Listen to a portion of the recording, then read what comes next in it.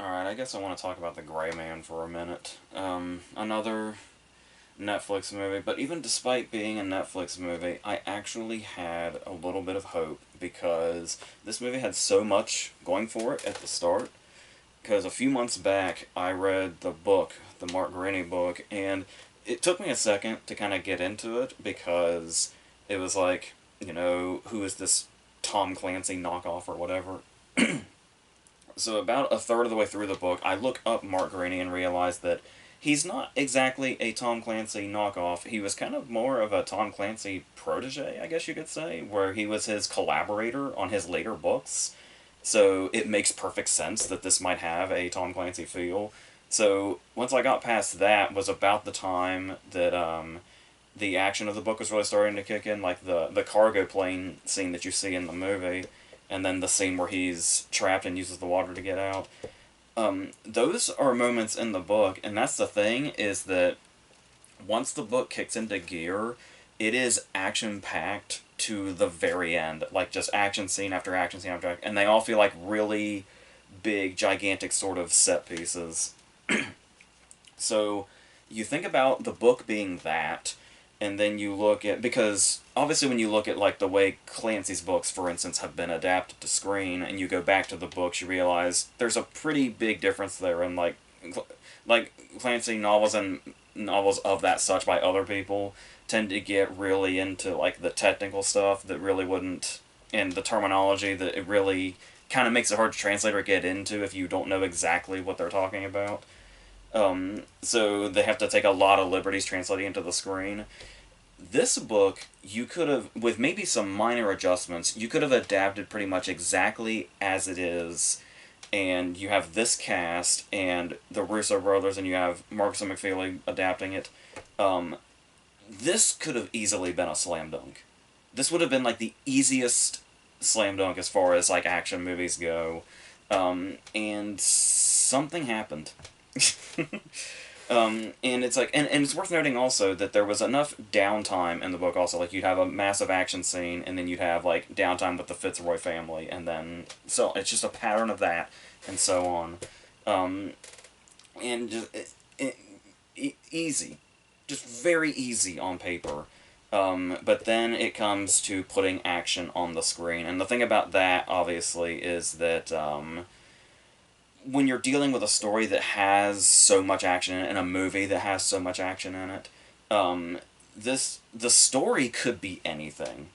But it's like, if your action is really well done and really thrilling, that really is all you need for a movie like this. Like, that's going to get you past any sort of, small bumps here and there, because everything else will be small by comparison, because the star is the action itself. You'll, like, The Raid or John Wick or whatever. And it's like, when we live, I feel like I say this about so many action movies, when we live in a post-Raid world, we shouldn't have we shouldn't have action movies that look like this. But, here we are.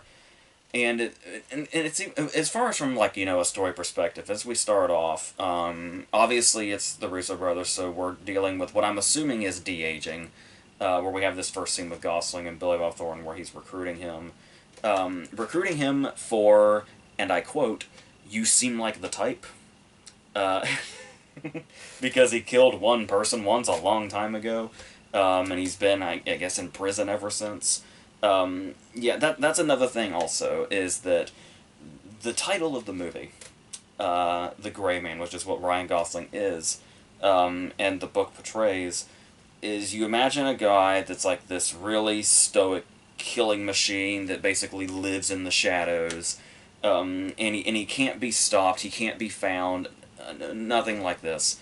So, what's the dilemma here is, when you're translating that to screen, and you have an actor like Ryan Gosling who can do that very well, is it weird to say that I feel like the first misstep in this character, this main character of this big movie, is that that he was given too much personality?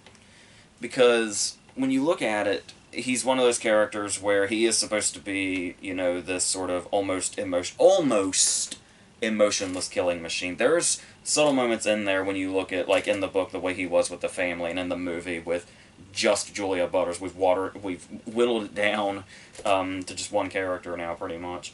And with that, you can still do something. You can still give life to a character in subtle ways.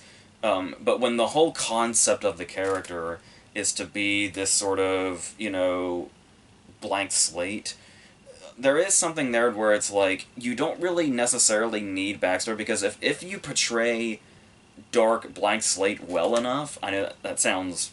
it would be difficult to do, but the fact that you look at this person and you see the way he works and how everything goes down, and it's like, your imagination is the one that's saying, like, oh, I wonder where this guy comes from. Like, I wonder, where did his life start and where did he get here?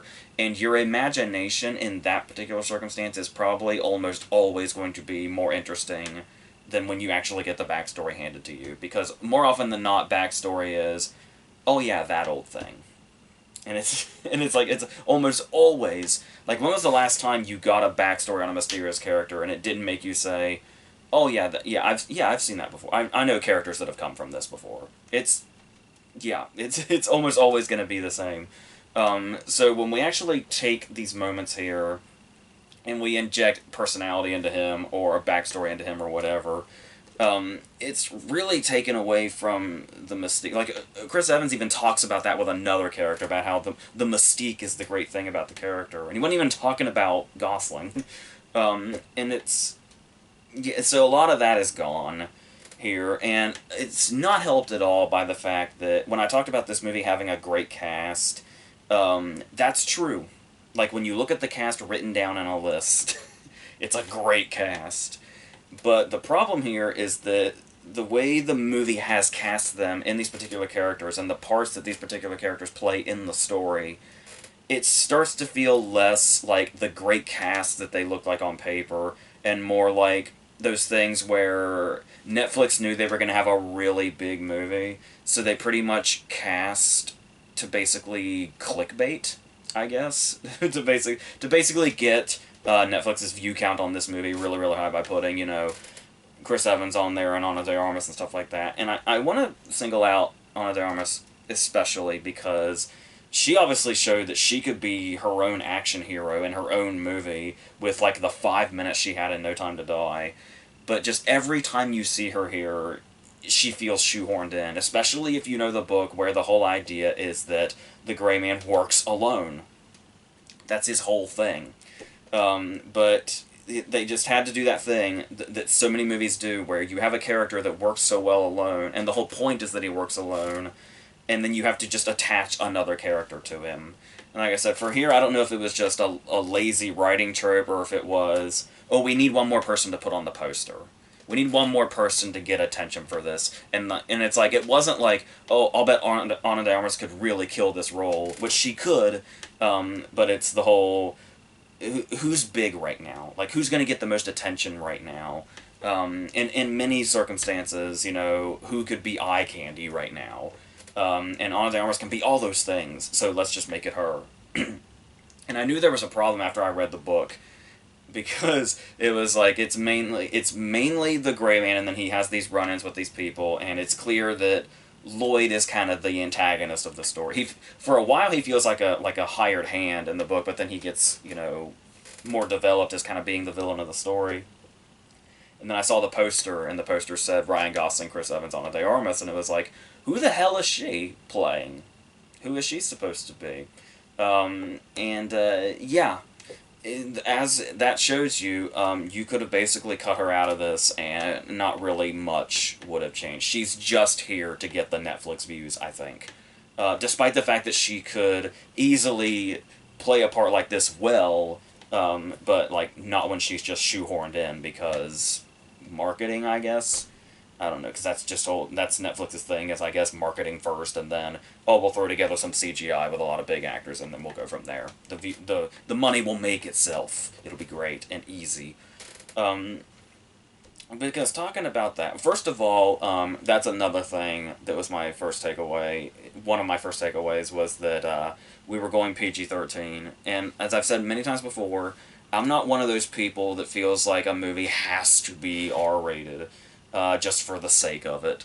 But I mean, this story in particular, the whole idea is that the brutality that this main character is surrounded by and can cause. And it's like how it's literally a story about a killing machine that can just mow down, 30 people at once. And the book goes into these details where the details of the brutality, and I mentioned in a previous video we were talking about one of our Q&A videos, and I talked about there's a moment in the book where he like stomps a guy's face and the witnesses there sees the guy's jaw detach. And it's like, that's something, while it could be excessive, obviously, it still sets up the brutality of the character that is inherent within him. And that's, like I said, basically the point, is that the movie is about this character, and how he gets through this particular situation. So basically, instead of like these really brutal hand-to-hand fights, which there are, but they look very fakely choreographed, and like I said, there's a lot of the times it almost looks like there's not even, it's not even a stuntman. It's just like some sort of like, it's Ryan Gosling, then there's CGI that makes Ryan Gosling look like he's moving a certain way, and then he's Ryan Gosling again. And it's like stunt CGI? Is that what is that what we're dealing with now? I don't know. I can't even identify that that's what was going on because it just looks so weird. Like, I'm just guessing what exactly was going on here as far as the making of this movie and the making of the action scenes. We do have, because another thing too is not only is it that, but this is one of those action movies where every action scene needs to be apparently shot from every single possible angle. Once again, for seemingly no reason. Where it's like, there'll be one fight scene happening. Like I said, remember, we're in a world where the Raid and John Wick already exist. Where the camera can just kind of sit here and move with them as they fight. And not have to do a whole lot of dancing around with them. But like I said, we've got, camera movement over here, camera movement over here. There's like a camera up there. And these cameras are constantly moving. And then they edit it together, whatever the hell it is that we see here. And it's like they're basically trying to hide the fact that not a lot of real action was going on here. Or at least, or they're just doing a huge disservice to, like, stunts or whatever, and there were real-looking fights going on here, and people doing real movement. It's just got lost in all the editing and all the constant camera moving and shit. Which is worse, because then you're just letting something great go to waste. So, I don't know, but given Netflix's track record with stuff like this, I'm just assuming most of this is CGI, even if it's... I'm starting to wonder if, like, Ryan Gosling and Chris Evans are even in this movie. Maybe they're just CGI as well. I don't know. I'm sure they still got their giant paychecks anyway, but... Yeah, so... And that's the thing, too, is that they're not... I mentioned the plane scene earlier. I didn't even mention about the fact that when they jump out, and, like I said, okay, I've been saying the Raid and John Wick. We also live in a the past few Mission Impossibles world. Like the scene in Fallout where they just really jumped out of the plane many, many times. I don't know. I've even praised the scene in the opening scene of Moonraker from 1979 is a thrilling skydiving scene. So I don't know what the hell we're looking at.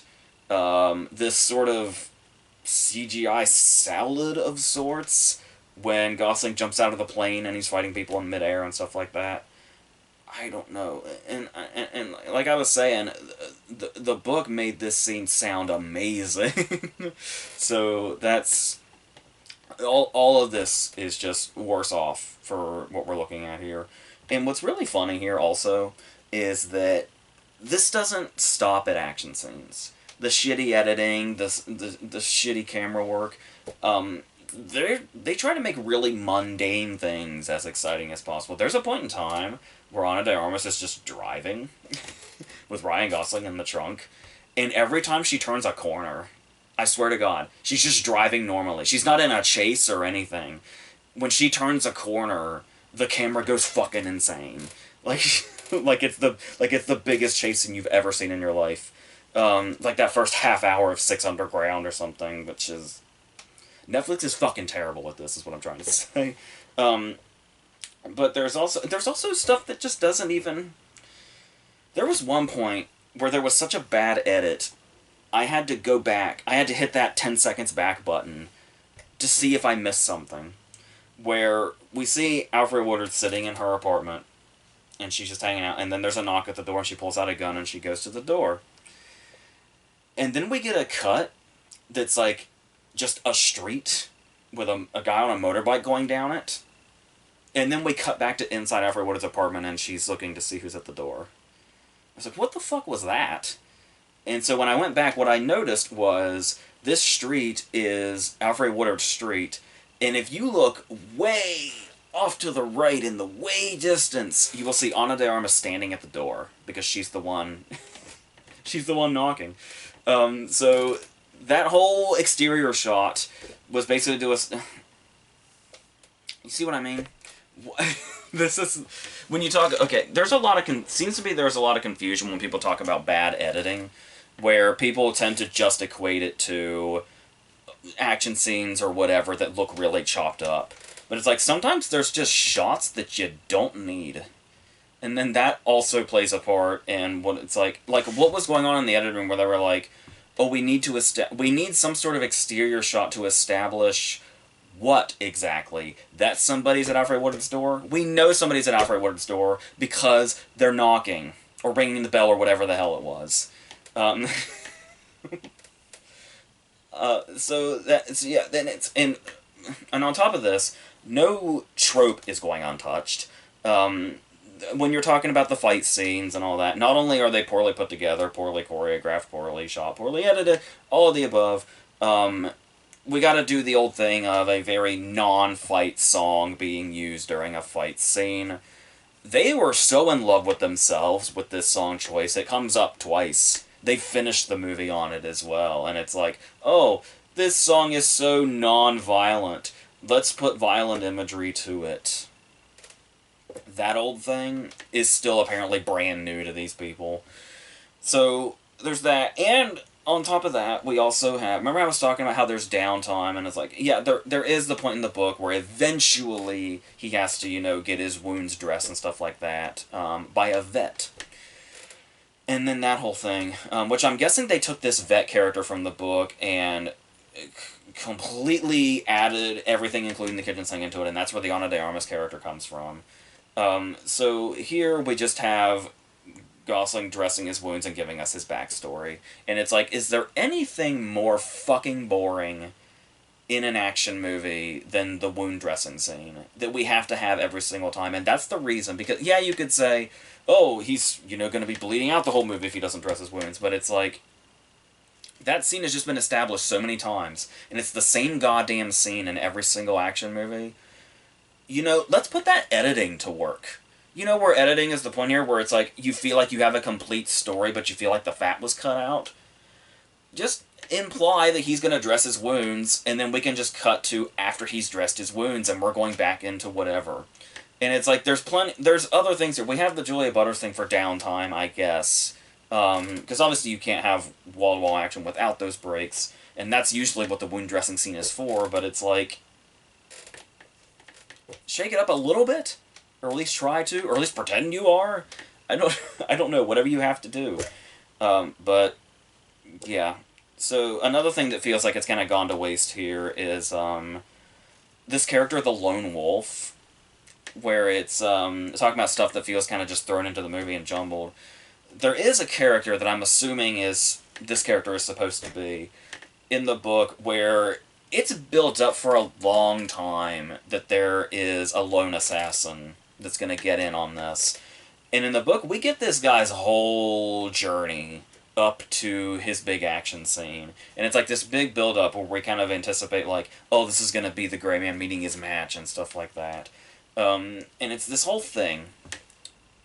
And so, if you think there's going to be a time constraint that you don't have time to build up this character, maybe you should just cut the character entirely, because it's not the way this plays. Isn't the way it plays out in the movie, but in the book, what's kind of funny about it is that they build up this character for pages throughout the whole book, and then he's basically killed immediately. And it's like, if the point I'm getting at here is that with all that, the lone wolf character is just dropped into this movie very late in the game with not really a whole lot of setup at all, I don't think. At least not that I remember. If maybe he was mentioned like once or twice in dialogue, like Chris Evans was saying, like, I'm going to send in the lone wolf or something like that, and then just, oh, the lone wolf's in his car now and he's here, towards the end of the movie, or getting close to the end of the movie.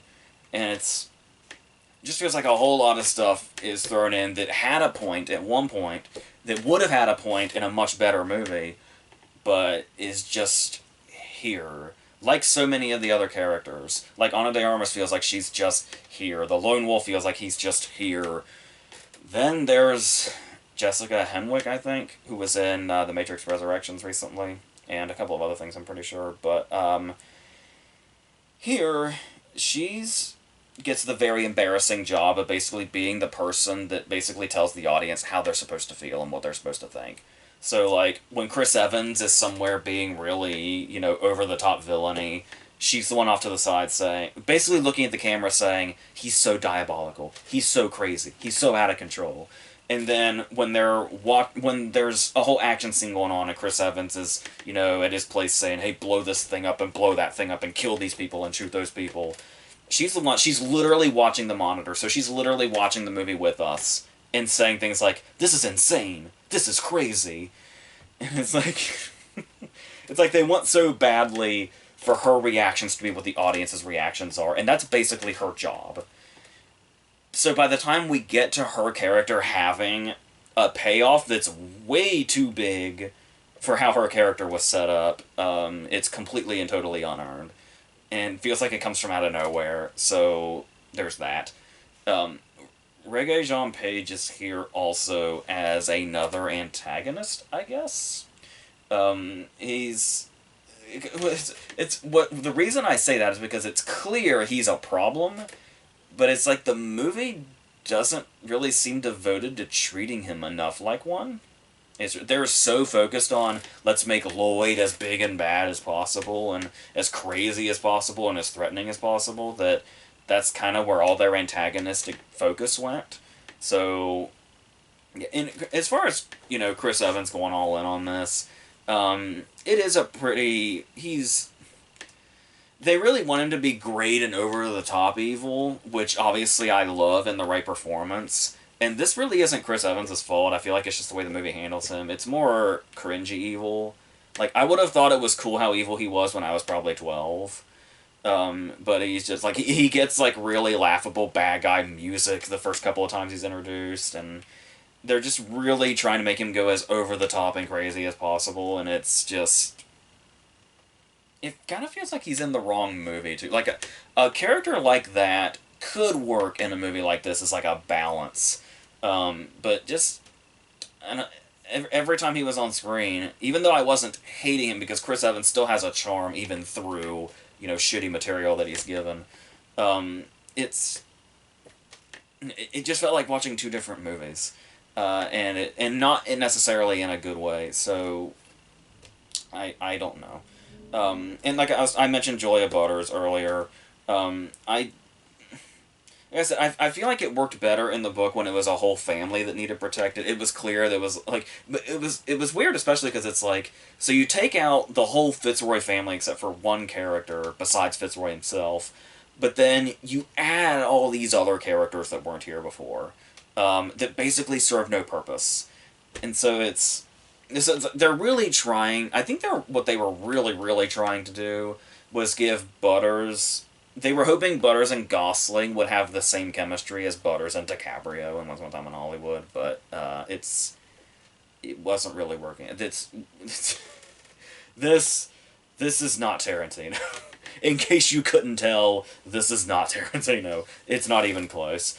So I honestly have no idea how to, like, judge what Butters is even doing here, like, as far as her as an actress, because it's clear when she has material what she can do. Especially with just 2 scenes. But here they give her all the drama. She's got all the crying scenes, all the scared scenes. She's got heart problems for no reason. For very unnecessary forced drama that plays no part in anything. I don't know.